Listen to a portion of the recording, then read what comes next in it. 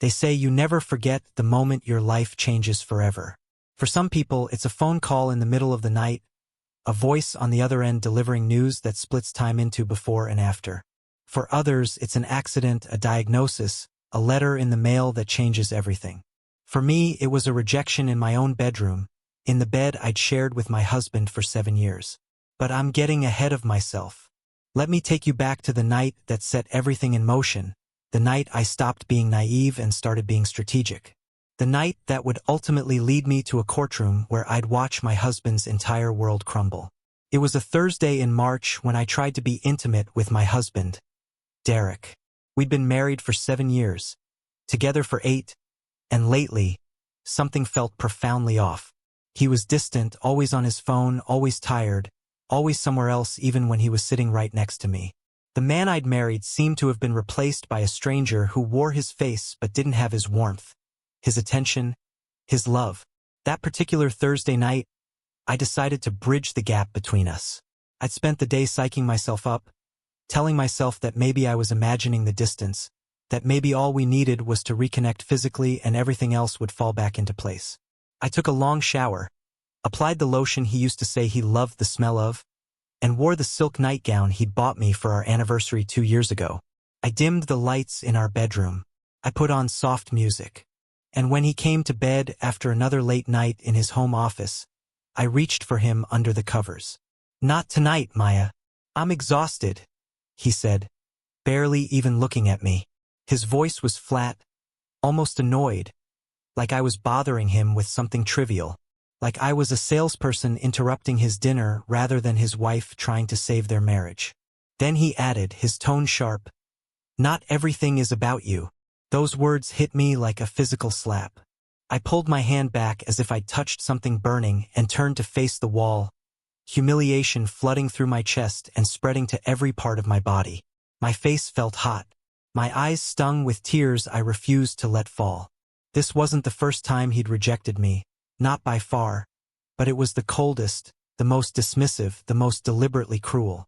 I lay there in the darkness, listening to him breathe, wondering when exactly my husband had started treating me like an inconvenience. Wondering when I'd become someone he actively avoided rather than someone he couldn't wait to come home to. Wondering if I'd done something wrong, said something wrong, become someone wrong. Then I heard it. The soft glow of his phone screen illuminating the room behind me, casting shadows on the wall I was facing.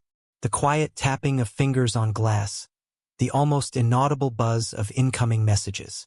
Derek wasn't exhausted at all. He was wide awake, texting someone, hiding under the covers like a teenager sneaking conversations past curfew. Too tired for his wife, apparently, but perfectly energized for whoever was on the other end of that glowing screen. I didn't sleep that night. Couldn't.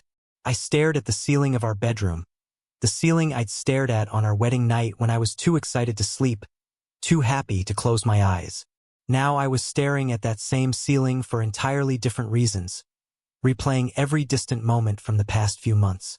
Every canceled date night with last-minute excuses.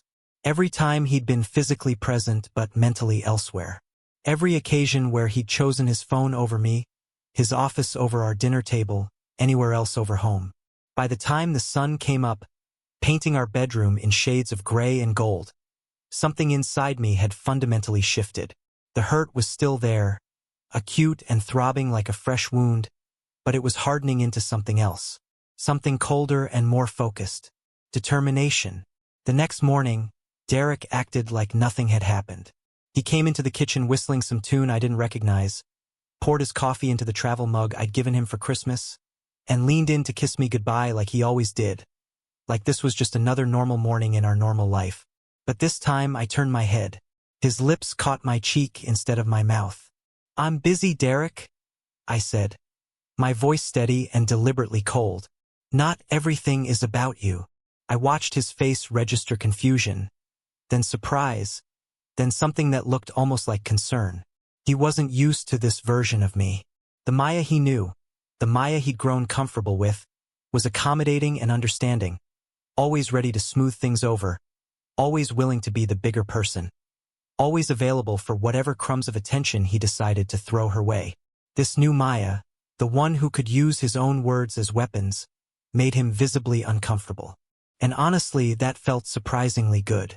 "Okay, well, I'll see you tonight then," he said, grabbing his briefcase with a slight frown creasing his forehead. He hesitated at the door, like he wanted to say something else, then thought better of it. As he walked toward the door, I noticed something I'd been too trusting, too devoted, too blind to see before. He was wearing cologne. Not the cologne I'd bought him last Father's Day. The one that had sat mostly unused on his dresser. This was different. Expensive cologne. The kind that comes in heavy glass bottles and costs more than a decent dinner. Cologne I definitely hadn't purchased. After his car pulled out of the driveway, I opened our laptop and checked our joint credit card account. It only took a few minutes of scrolling to find what I was looking for. 2 days ago, there was a charge at a restaurant downtown. Marcello's, an upscale Italian place with dim lighting and a reputation for romantic ambience. The bill was for $240. Derek had told me he had a business lunch that day. A business lunch for $240 at one of the most romantic restaurants in the city. When I checked further, I found the cologne purchase too. $350 at a boutique men's store, bought 3 weeks ago. I sat at our kitchen table, laptop open, coffee growing cold in the mug beside me, and I made a decision that would change everything. I wasn't going to confront Derek with suspicions and half-formed accusations. I wasn't going to cry or beg for answers or give him the opportunity to gaslight me into doubting my own perceptions. I was going to do what I did best, what I'd been trained to do, what Derek himself had always bragged about at parties. I was going to investigate. You see, Derek had always loved telling people his wife was brilliant. Maya's a cybersecurity analyst. He'd brag at dinner parties, his arm around my waist, his voice full of pride. She can find anything online. Absolute detective. Nothing gets past her. He'd laugh and I'd smile modestly, and everyone would be impressed.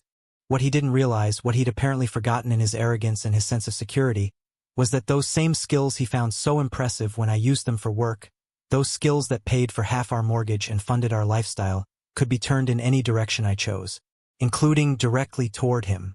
Let me take you back 7 years, to when Derek and I first met, so you can understand just how far we'd fallen.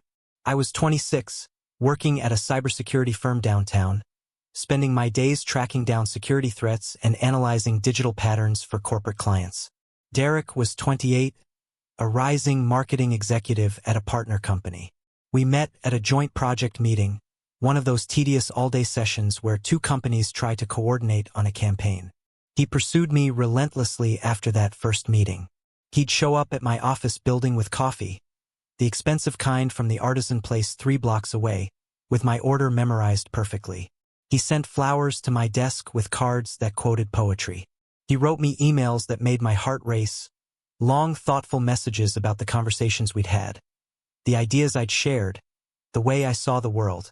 "You're different from anyone I've ever met," he told me on our 3rd date, reaching across the table to take my hand.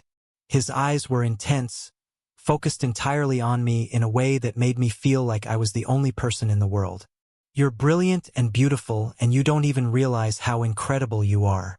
That's what makes you so special." I fell hard and fast. How could I not? Derek was charming, successful, attentive. He made me feel seen in a way I'd never experienced before. When I talked, he listened.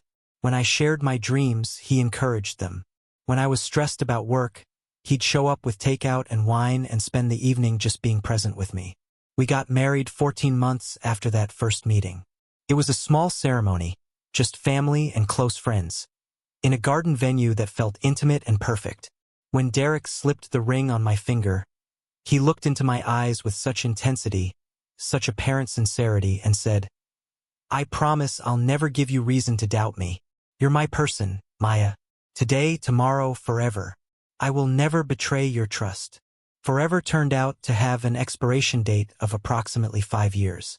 The first week after that brutal rejection, I watched Derek with new eyes, paying attention to patterns I'd been too busy or too trusting or too naively in love to notice before. Every Tuesday and Thursday he came home late. Not just a little late, but hours late. 9, 10, sometimes 11 at night. Big project at work? He'd explain, kissing the top of my head absently before disappearing into his home office. You know how it is. The client's demanding. Except I'd checked his work calendar, and there was no big project.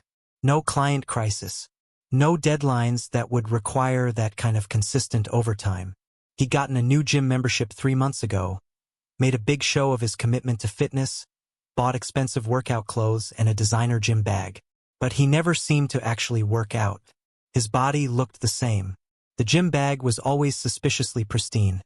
No worn-in smell of sweat or grass stains on the shoes. And he never talked about his workouts the way people who actually go to the gym obsessively do. Never complained about being sore or mentioned what exercises he'd done. Then there were the text messages.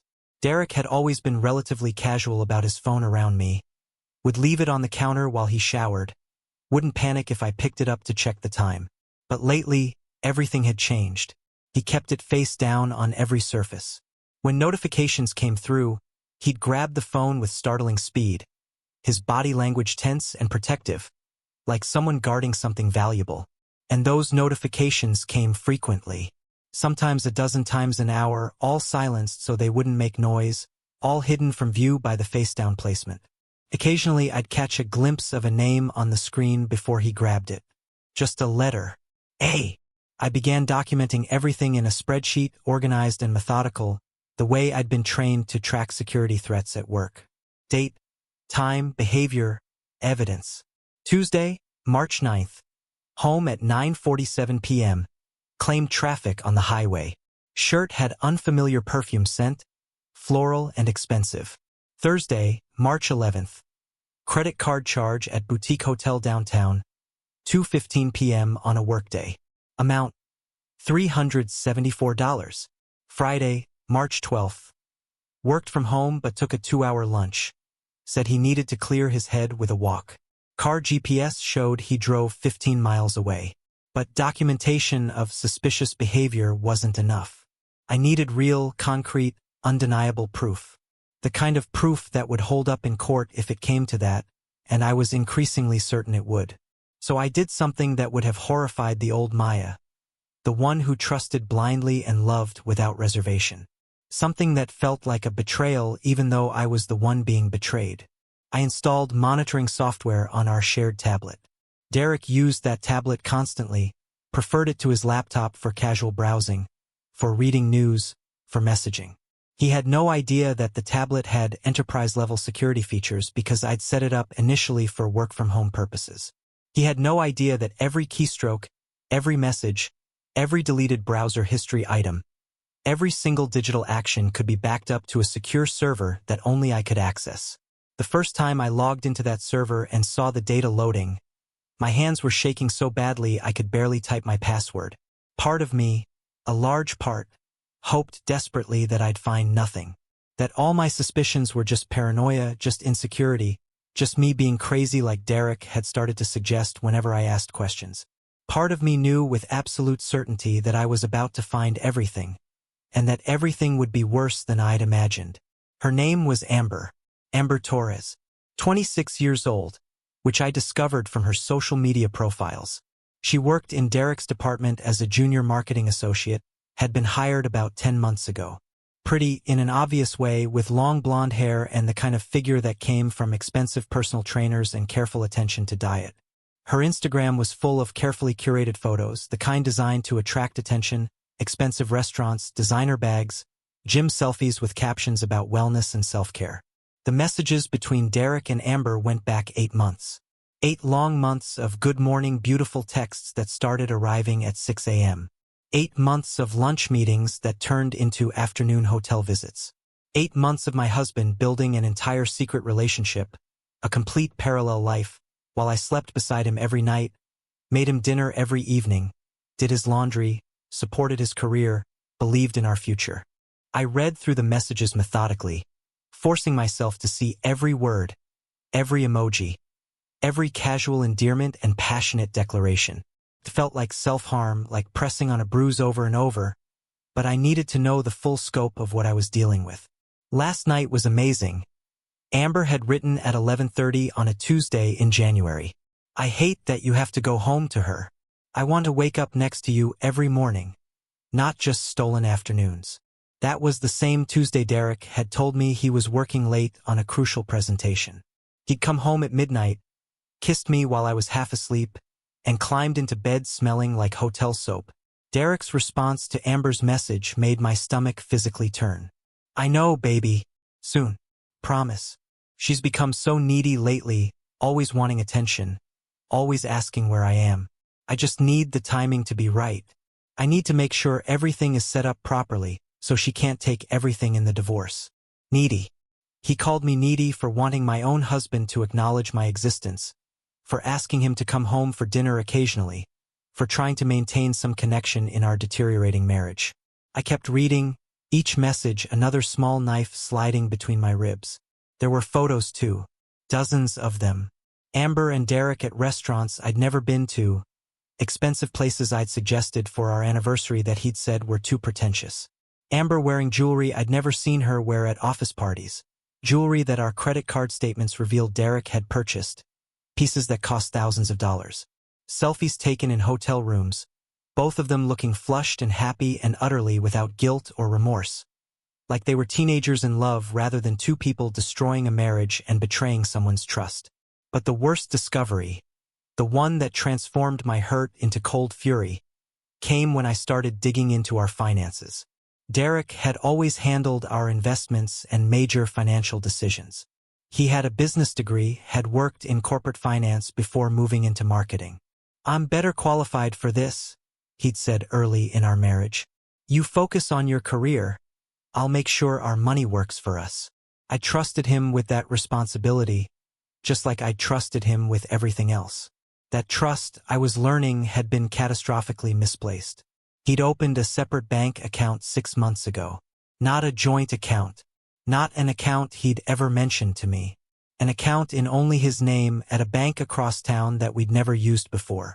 He'd been systematically transferring money from our joint accounts, careful amounts that were large enough to add up quickly but small enough that I wouldn't notice the individual transactions.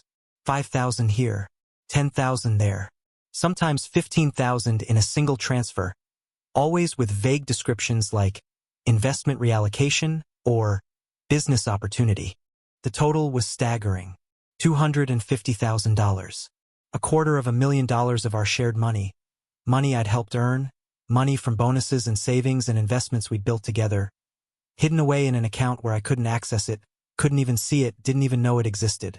I found the emails between Derek and his financial advisor too, a man named Stephen Chen who apparently had no ethical issues with helping a married man hide assets from his wife. I want to make sure these assets are protected, Derek had written in an email dated 5 months ago. My marriage might not last much longer, and I need to ensure my interests are secured before things get ugly. That email was sent in October. In October, I was planning our anniversary dinner. In October, I was buying Derek birthday presents and organizing a surprise party with his friends. In October, I was believing that we were going to grow old together, maybe start trying for kids soon, build the life we'd always talked about. In October, Derek was already planning his escape and making sure he could do it without financial consequences. The final piece of the puzzle, the discovery that made everything else make terrible sense, came from a folder buried deep in his email archives. Communications with a divorce attorney named Richard Carlson, one of the most expensive and notoriously aggressive lawyers in the city, the kind of attorney who specialized in protecting wealthy men's assets during divorces. They'd had 3 consultations, 3 meetings where Derek had laid out the situation, discussed strategy, learned how to position himself for the most advantageous outcome. The email chain included detailed discussions of our finances, our prenuptial agreement, and the best timing for filing. There was one email that I read 5 times, just to make absolutely certain I understood every implication. Given the prenuptial agreement you described, Richard Carlson had written, you're in an excellent position. Unless your wife can prove adultery with substantial documentation, the prenup terms will hold, and asset division will heavily favor you. I'd recommend you maintain discretion regarding any outside relationships and begin establishing a pattern of your wife's emotional instability or financial irresponsibility if possible. This will strengthen your position significantly. The prenup, the document we'd signed 7 years ago, right before our wedding, when I was too in love and too trusting to read it carefully or negotiate its terms. Derek had insisted on it, said it was just a formality to protect his family inheritance, a trust fund from his grandmother that he wanted to keep separate. I'd signed it without much thought, without consulting my own attorney, because I trusted him completely and because I never imagined we'd actually need it. The terms came flooding back to me now, suddenly crystal clear in their implications. In case of divorce due to irreconcilable differences, Derek would retain 70% of all marital assets. I would receive 30% and no alimony, no matter how long the marriage lasted or what circumstances led to its end. It was a brutally one-sided agreement, and I'd signed it with a smile on my face and love in my heart. But there was a clause. A single clause buried in the legal language that Derek and his expensive attorney seemed to have either forgotten about or dismissed as unlikely. If either party could prove adultery with substantial documentation, including photographic evidence or written admissions, the prenuptial agreement would be declared void.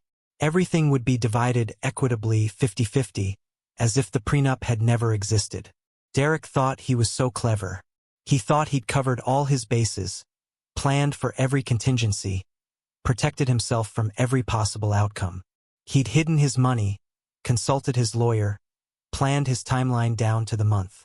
He'd even started trying to establish a narrative of my emotional instability, making little comments to friends about how stressed I'd been lately, how irrational, how demanding.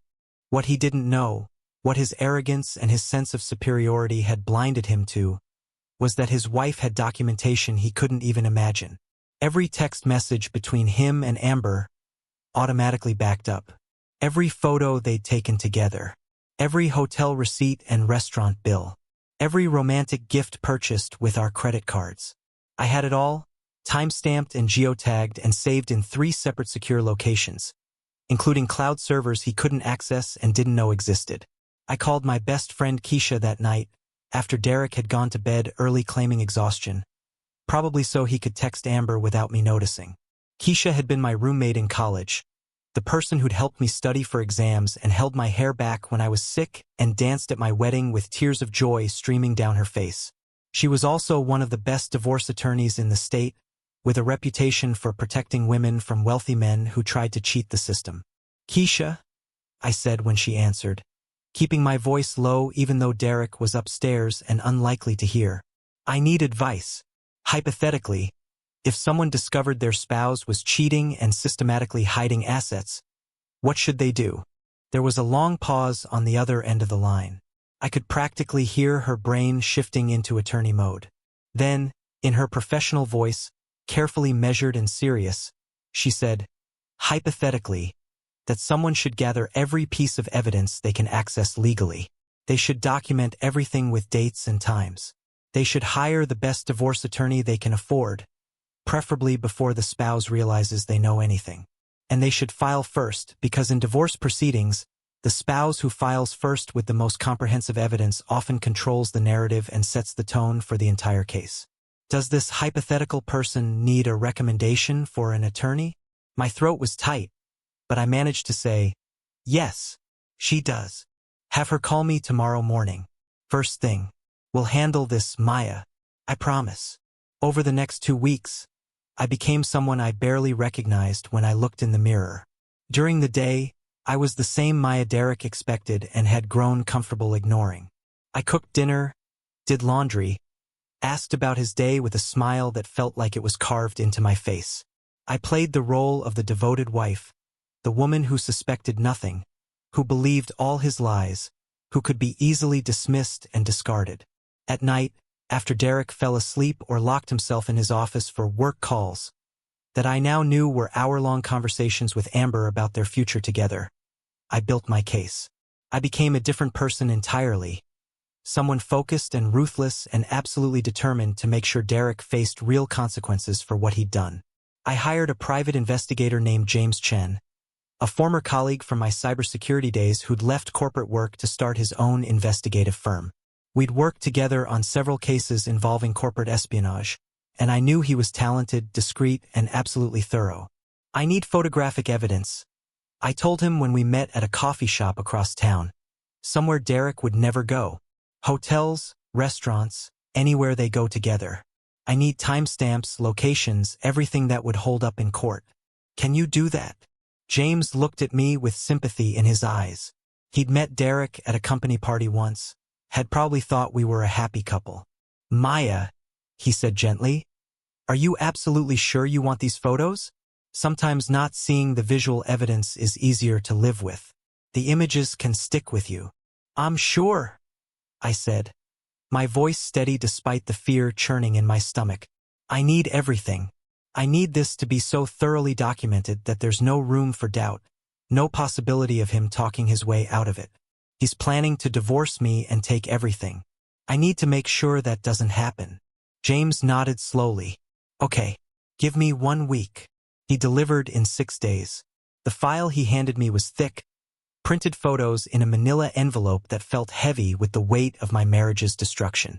There were timestamps on every image, location data, even some video footage from public security cameras that he'd somehow managed to access. Derek and Amber entering the Meridian Hotel downtown, his hand on her lower back, both of them laughing. Timestamp: Tuesday, March 16th, 2:37 p.m. The same day Derek told me he had an important client meeting. Derek and Amber kissing in his car in a parking garage, her hand tangled in his hair, clearly intense and passionate. Timestamp: Thursday, March 18th, 1:15 p.m. His lunch break, apparently. Derek and Amber shopping for furniture at a high-end store in the design district, sitting together on an expensive couch, holding hands while a salesperson showed them fabric samples. Timestamp: Saturday, March 20th, 11 a.m. The same morning Derek told me he had to go into the office for a few hours. There were dozens more. Derek and Amber at the same restaurant where he'd taken me on our first anniversary, sitting at what had been our table, the corner booth with the good lighting that I'd loved. Amber was wearing a necklace I recognized from our credit card statement, a $3,000 diamond pendant Derek had told me was a gift for an important client's wife.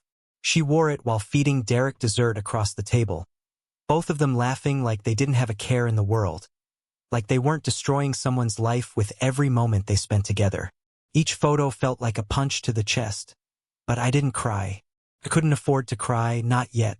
Instead, I filed them methodically in labeled folders, organized by date and location and level of evidence they provided. I was building a case, and evidence doesn't care about feelings. Evidence just needs to be comprehensive and irrefutable. The hardest part of those 2 weeks was maintaining the performance at home.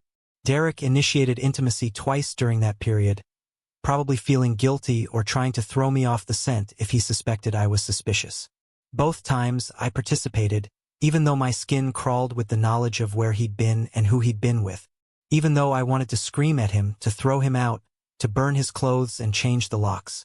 But I didn't, because my attorney had explained that a pattern of rejection from him, combined with my continued willingness to maintain the relationship, would strengthen any case for emotional abandonment and demonstrate that I had tried to preserve the marriage while he had actively worked to destroy it.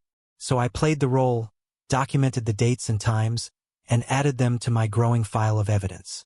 Our 7th anniversary fell during this period. 7 years of marriage, 8 years together total.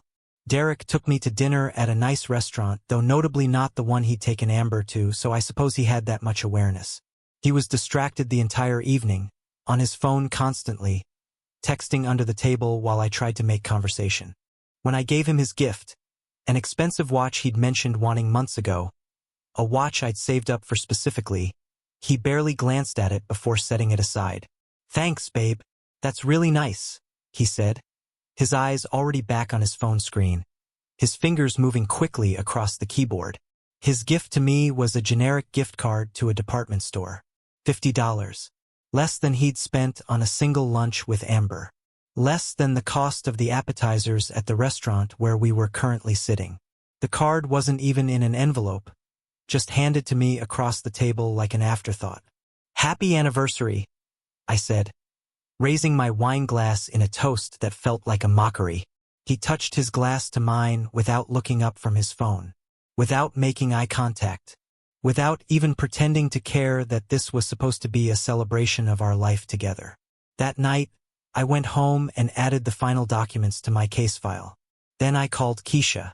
"I'm ready to file," I told her, my voice calm and certain. "How quickly can we move on this? I can have the papers drawn up and ready by Monday morning. But Maya, I need to ask you one more time.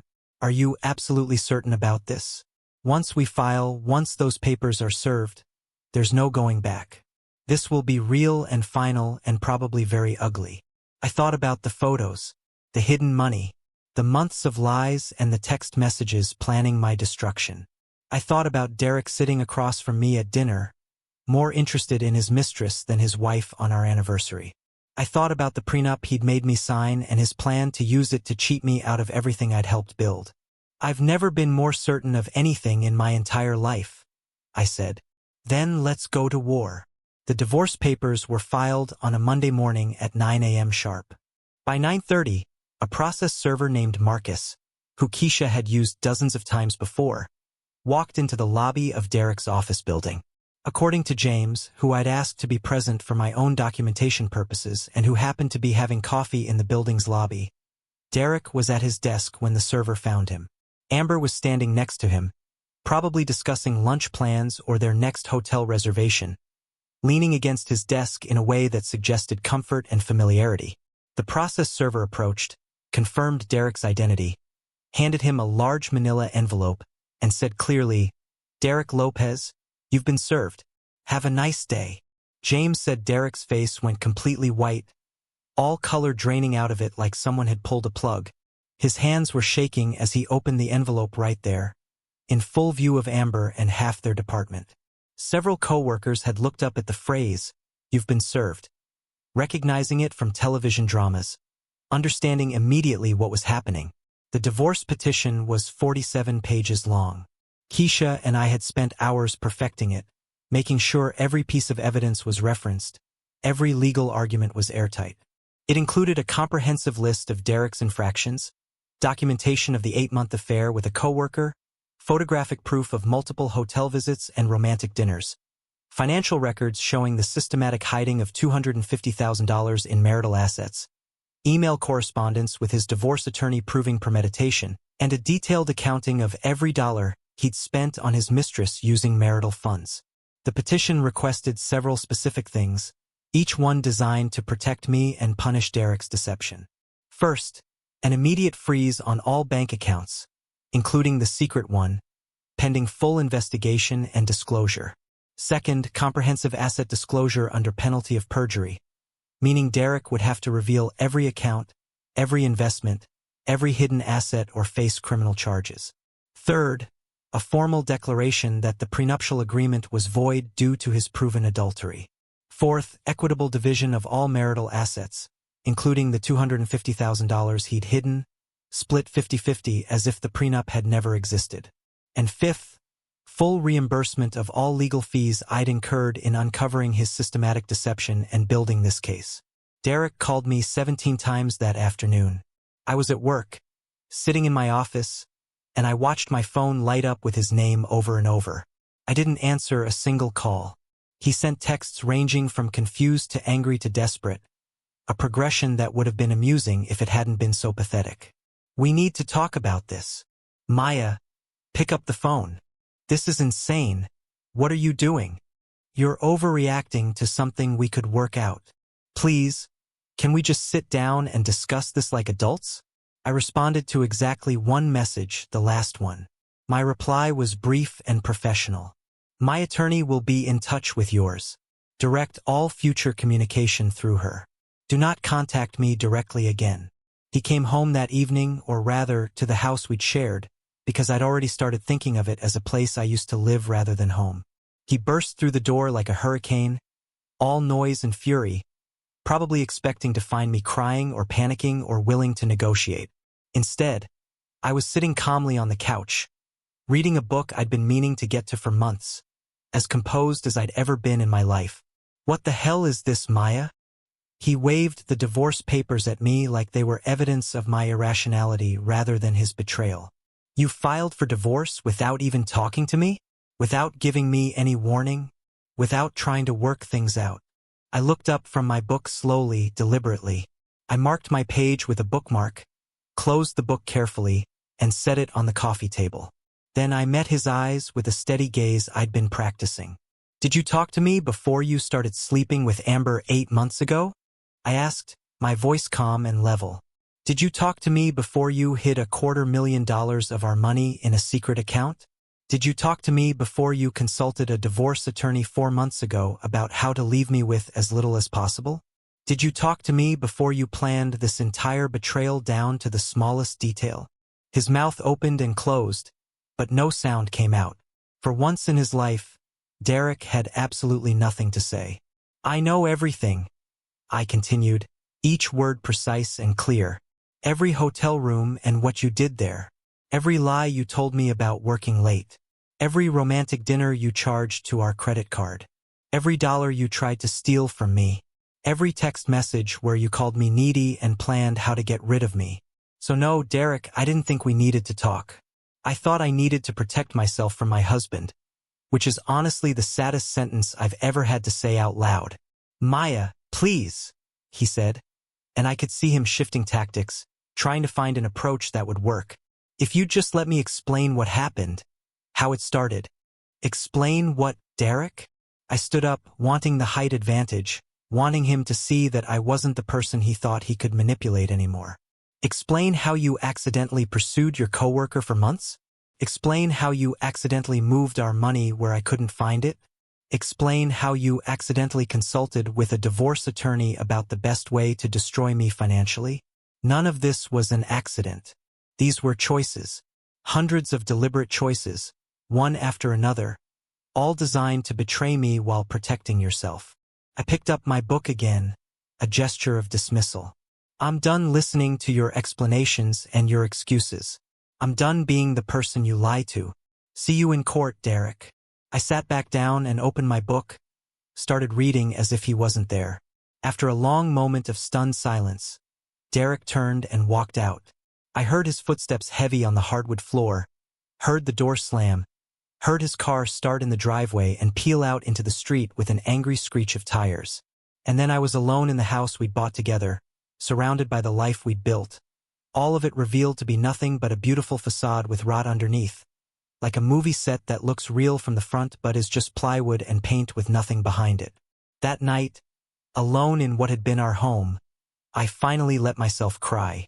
Not for Derek, not for our marriage, but for the version of myself who'd trusted so completely. For the Maya who'd signed that prenup without question. For the woman who'd made excuses, continue, for every late night and believed every lie. She was gone now, and I mourned her even as I knew that losing her was necessary for survival.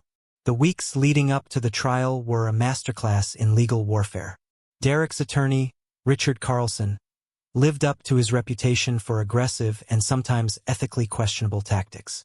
They filed motion after motion, a blizzard of legal paperwork clearly designed to overwhelm and intimidate me into settling. They tried to freeze my access to our joint accounts, claiming I might drain them out of spite. That motion was denied when Keisha pointed out that Derek had already hidden $250,000. They demanded psychiatric evaluations for me, suggesting I was emotionally unstable and making irrational decisions. That motion was also denied, with the judge noting that filing for divorce after discovering infidelity was not evidence of instability but rather of good judgment. They claimed I'd somehow hacked into Derek's private communications illegally, that the evidence I'd gathered was inadmissible. Keisha demolished that argument in a brief that was so thorough and well-cited that Richard Carlson didn't even bother to respond. The monitoring software had been installed on a shared device in our marital home. Everything I'd found was legally discoverable, and Derek had no reasonable expectation of privacy on a tablet we both owned and used. The judge assigned to our case was a woman named Patricia Hendricks, 58 years old with steel-gray hair and a reputation for not tolerating nonsense in her courtroom. She seemed increasingly unimpressed with Derek's legal maneuvering, at one point noting in a hearing, "Mr. Carlson, your client made his choices. Now he has to live with the consequences. Please stop wasting this court's time with frivolous motions." Richard Carlson, clearly realizing his aggressive strategy wasn't working, shifted to negotiation. His first settlement offer came 3 weeks after I'd filed. $75,000 and I could keep my car if I agreed to dismiss the petition and accept the prenup terms. When I refused without even considering it, he doubled the offer to $150,000. Then he tripled it. By the time his fourth offer came through, my attorney Keisha called me, and I could hear the suppressed laughter in her voice. They just offered you $300,000, full ownership of the house, and Derek will refinance the mortgage in his name alone, she said. Maya, they're panicking. They know they're going to lose badly, and they're trying to minimize the damage. Tell them the only thing I'll accept is a trial, I said firmly. I want Derek to sit in that courtroom and face what he's done. I want it on public record. I want everyone to know the truth. Are you sure? $300,000 is a substantial offer. We could settle this today, and you'd never have to see him again. I'm sure. This isn't about the money anymore, Keisha. It's about the truth. It's about making sure there are real consequences for people who do what he did. The trial was set for 6 weeks after I'd initially filed, a relatively quick timeline that Judge Hendricks had ordered specifically because, as she noted, there was no minor children involved and no reason to drag things out when both parties were clearly ready to proceed. During those 6 weeks, Derek tried everything to get me to drop the case or settle. He sent flowers to my office with apology cards that claimed he'd made a mistake, that Amber had meant nothing, that he wanted to fix our marriage. When that didn't work, he sent emails, long rambling letters about how we'd built so much together, how throwing it all away was foolish, how we could go to counseling and start over. When the flowers and emails failed, he tried showing up places he knew I'd be. At my gym, at the grocery store I always went to, even at my office building one afternoon, waiting in the lobby until security escorted him out at my request.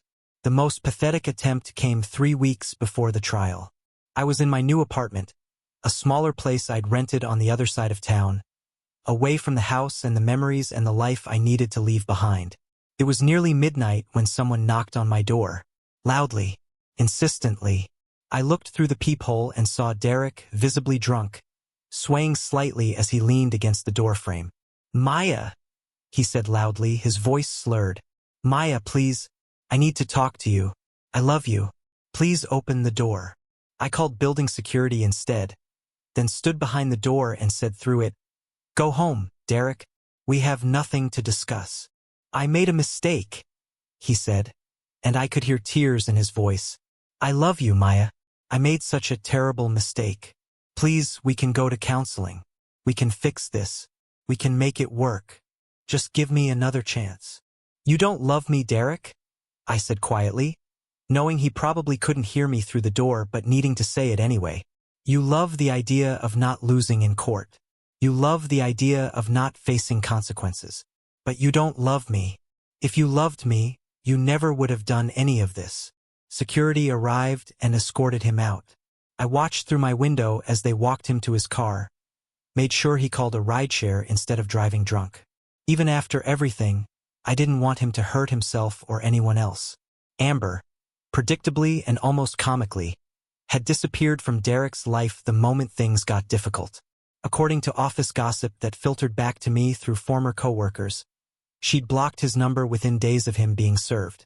James's continued surveillance, which I'd kept active because I wanted to know if Derek tried anything desperate, showed that she'd started dating someone new within 2 weeks. Another older man, another executive, probably married like Derek had been. She'd gotten what she wanted from Derek. Expensive dinners, jewelry, the thrill of an affair with someone powerful. Now that there were consequences, now that it was real and messy and public, she wanted nothing to do with any of it.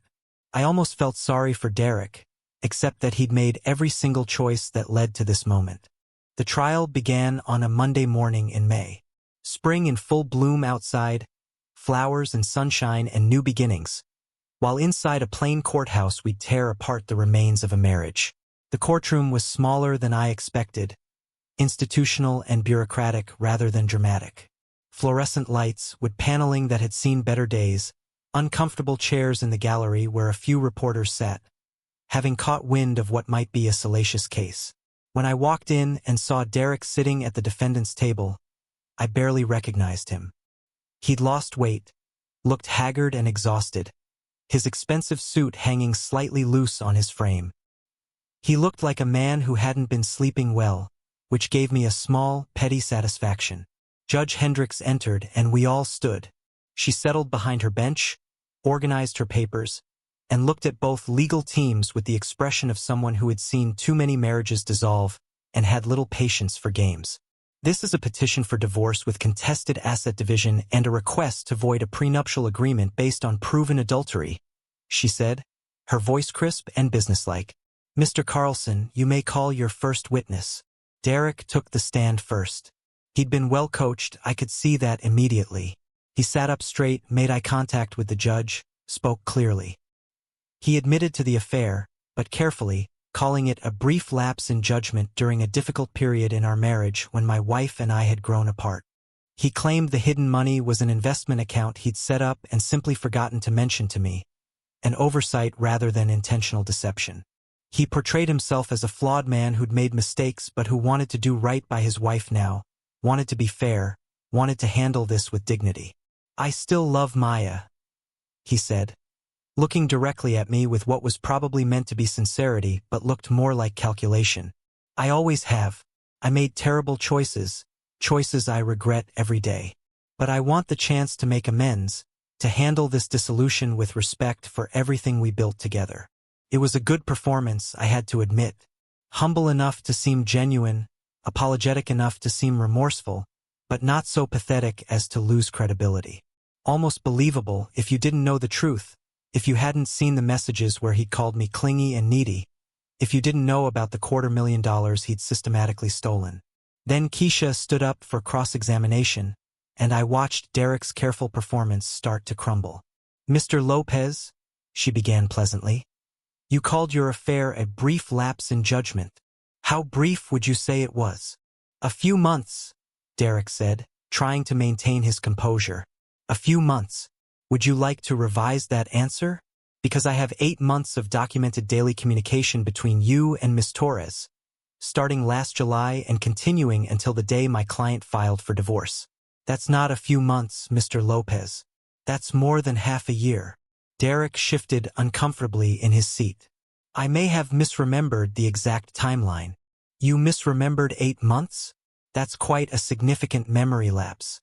Let's talk about this investment account you forgot to mention to your wife. You made 15 separate transfers to this account over 6 months, totaling $250,000. 15 transactions. You somehow forgot all 15 of them. I was managing our finances. Sometimes details slip through the cracks when you're handling multiple accounts. Keisha pulled out a printed email and approached the witness stand. Is this your email address, Mr. Lopez? Derek looked at it, and I saw his face pale slightly. Yes. And did you send this email to your divorce attorney, Mr. Richard Carlson, on January 15th of this year, stating, and I quote, I want to make sure these assets are protected before I proceed. My marriage might not last much longer, and I need to ensure my interests are secured? The courtroom was silent. Derek opened his mouth, closed it, opened it again. I was upset when I wrote that. I didn't mean. You didn't mean to plan for divorce while your wife believed your marriage was solid? You didn't mean to consult with an attorney on how to hide assets? Mr. Lopez, this email is dated 5 months before my client filed. You were planning this divorce, planning to protect yourself financially, while continuing to live with your wife, sleep in the same bed, and act as if nothing was wrong. Isn't that correct? I was considering my options. Options that included systematically hiding $250,000 in marital assets and consulting an attorney on how to minimize what your wife would receive in a divorce. That's not considering options, Mr. Lopez. That's fraud. That's systematic deception of your spouse with the intent to deprive her of her rightful share of marital property. The cross-examination continued for 2 more hours. By the end, Derek had contradicted himself multiple times, been caught in several direct lies, and looked like exactly what he was. A man who'd been caught and was desperately trying to minimize the consequences. Keisha had demolished his carefully constructed narrative, revealing the calculation and premeditation behind every action. The judge was taking extensive notes, her expression growing more stern with each revelation. Then they called Amber to the stand. She'd been subpoenaed and had no choice but to testify. She walked in wearing a conservative navy dress and minimal makeup, clearly trying to look professional and innocent. Nothing like the glamorous Instagram photos I'd seen. But her discomfort was obvious in every movement, every nervous glance toward Derek. Under oath, with no room to lie, the truth came spilling out. Yes, she'd known Derek was married from the beginning. Yes, they'd been intimate numerous times, in hotels, in her apartment, even once in Derek's office after hours. Yes, he'd bought her expensive gifts, jewelry and clothes and dinners at restaurants she couldn't afford on her salary. Yes, they'd discussed him leaving me and starting a life together. Did Mr. Lopez ever talk to you about his wife? Keisha asked. Amber hesitated, glanced at Derek, then back at Keisha. Sometimes. What did he say about her? He said she was... Another pause. He said she was clingy and demanding, that she didn't understand him, that she wanted more attention than he could give, that she was holding him back from being happy. Did he tell you he was planning to divorce her? Yes. He said he just needed to wait for the right time, for his finances to be properly arranged. So you knew you were participating in a relationship with a married man who was actively planning to leave his wife, and you continued that relationship anyway? Yes, but he told me he was unhappy. He said the marriage was already over in everything but paperwork. He made it sound like they were basically separated.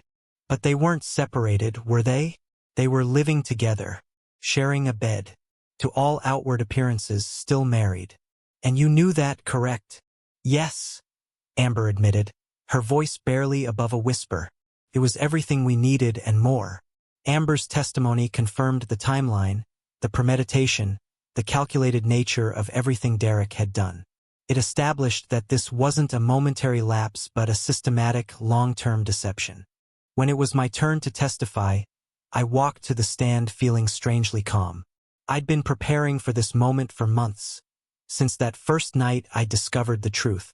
I placed my hand on the Bible, swore to tell the truth, and sat down facing a courtroom full of people who were about to hear the most painful details of my life. Keisha walked me through everything methodically. How I'd discovered the affair, the hidden money I'd found, the plans Derek had made without my knowledge or consent. I explained how I'd documented everything, how I'd gathered evidence legally, how I tried in my own way to give Derek chances to come clean, and he'd looked me in the eye and lied repeatedly.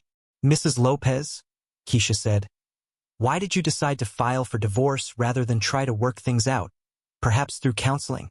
I took a breath, organizing my thoughts.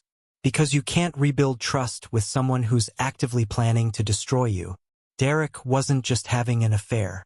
He was systematically stealing from our marriage, hiding money, consulting attorneys, planning to leave me with as little as possible while I was still trying to hold our relationship together.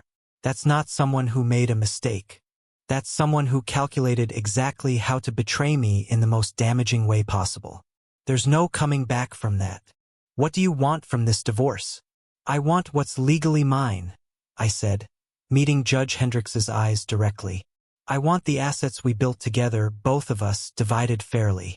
I want recognition that the prenup was signed under the assumption of fidelity, an assumption my husband deliberately violated while planning to use that same prenup to cheat me out of my fair share. I don't want revenge. I don't want to punish him beyond what's legal and fair. I just want justice. The judge took a 30-minute recess to review all the evidence one final time. During that break, I sat in the hallway with Keisha, neither of us saying much. There wasn't much to say.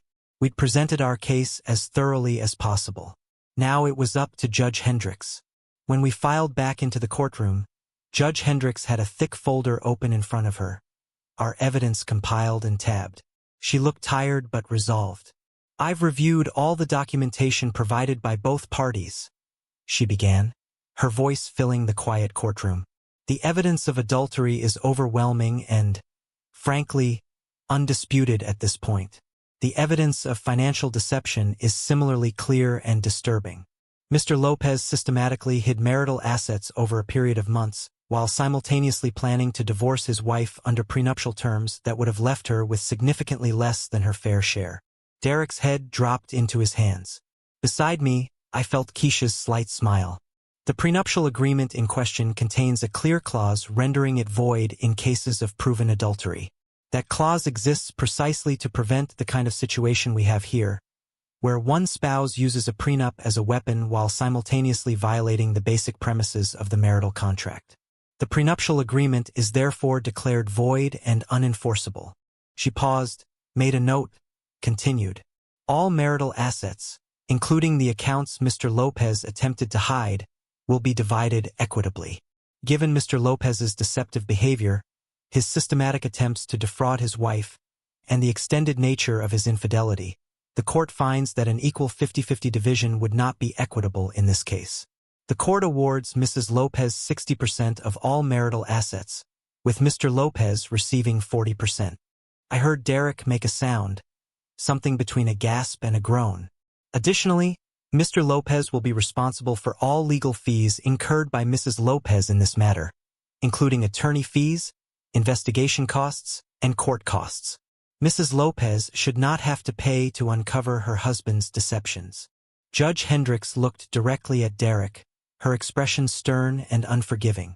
Mr. Lopez, in 23 years on this bench, I have rarely encountered such a calculated and systematic attempt to defraud a spouse. You didn't just have an affair. You planned it, maintained it, and used it as cover while you stole from your marriage and plotted how to leave your wife with as little as possible. You lied under oath in this courtroom until confronted with undeniable evidence. You are fortunate this is a civil matter. In some circumstances, what you've done would warrant criminal charges for fraud and perjury. The gavel came down with a sharp crack that felt like the final punctuation on our marriage. Derek sat frozen at his table, his expensive attorney gathering papers with the resigned efficiency of someone who'd known this was coming. I stood up, and Keisha pulled me into a brief, fierce hug. "You did it," she whispered. "It's over."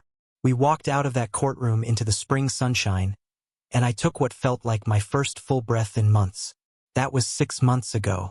Today, I'm sitting in the townhouse I bought with my settlement money, a beautiful place in a neighborhood I'd always loved, with tall windows and a small garden where I've started growing herbs and vegetables.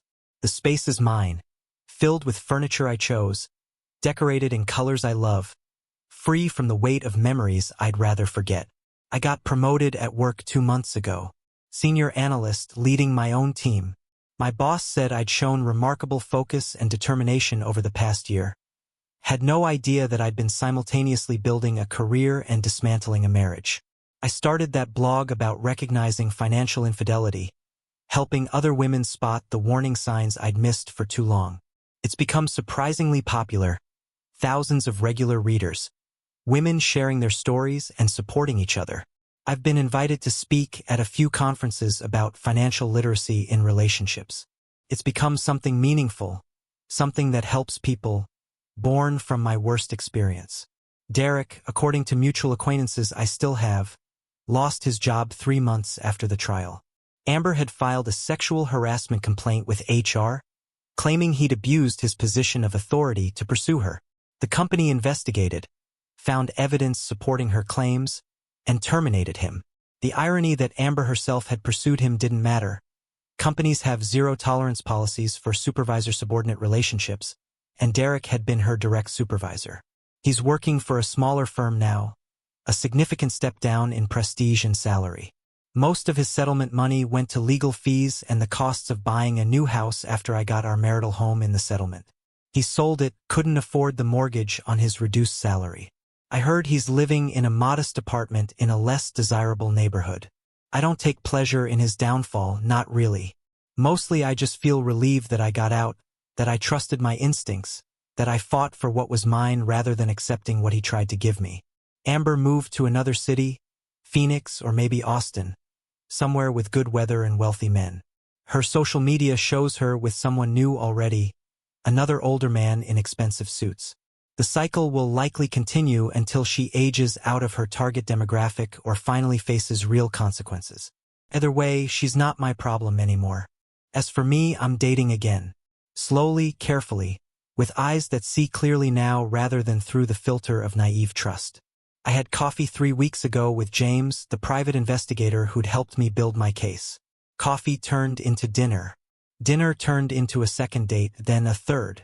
He's kind and honest in a way that feels remarkable after Derek. When he says he'll call, he calls. When he's going to be late, he texts. His phone sits face up on the table during dinner. These small things that should be normal feel precious now, evidence of basic respect and honesty. Last week, he had to take a work call during our dinner. He excused himself politely, walked outside so he wouldn't disturb other diners, and came back apologizing for the interruption. Such a small thing. Such a huge difference. I'm not rushing into anything. Maybe James and I will become something serious, maybe we won't. Either way, I'm okay. That's what I learned from all this. I'm okay on my own. I don't need someone else to complete me or define my worth. I'm complete already. The other night, I was having dinner with Keisha, celebrating the closing of another difficult case she'd handled for a different client. At the table next to us, a woman was talking loudly on her phone, clearly upset and trying not to cry in public. He says he's too tired for me, she was saying, her voice breaking. But then he's on his phone all night, texting someone, smiling at his screen. Am I crazy for thinking something's wrong? He keeps telling me I'm paranoid, that I'm being insecure. She hung up and sat there staring at her water glass, and I recognized every emotion on her face. I'd worn that same expression 8 months ago. I caught her eye and said gently, "You're not crazy, and if your instincts are telling you something's wrong, you should listen to them. Trust yourself." She looked at me like I'd spoken a language she'd forgotten she knew. Everyone tells me I'm overreacting, that I need to trust him. Trust your gut first, I said. Document everything you notice. Protect yourself financially. Know what accounts you have, what they contain, what your legal rights are. I'm not saying he's definitely cheating, but if he is, you need to be prepared. And if he's not, being prepared doesn't hurt anything. She nodded slowly, pulled out her phone, and I watched her start taking notes. Keisha and I gave her my blog address, some names of good attorneys just in case. Small acts that might save her the pain I went through, or at least help her navigate it better. That's what I do now. I help people. I share what I learned, harsh lessons paid for with tears and betrayal and months of strategic planning. If my pain can spare someone else, or at least give them tools to protect themselves, then maybe it meant something beyond just my personal devastation and recovery. I've learned that rejection, as much as it devastated me in that moment, was actually a form of protection.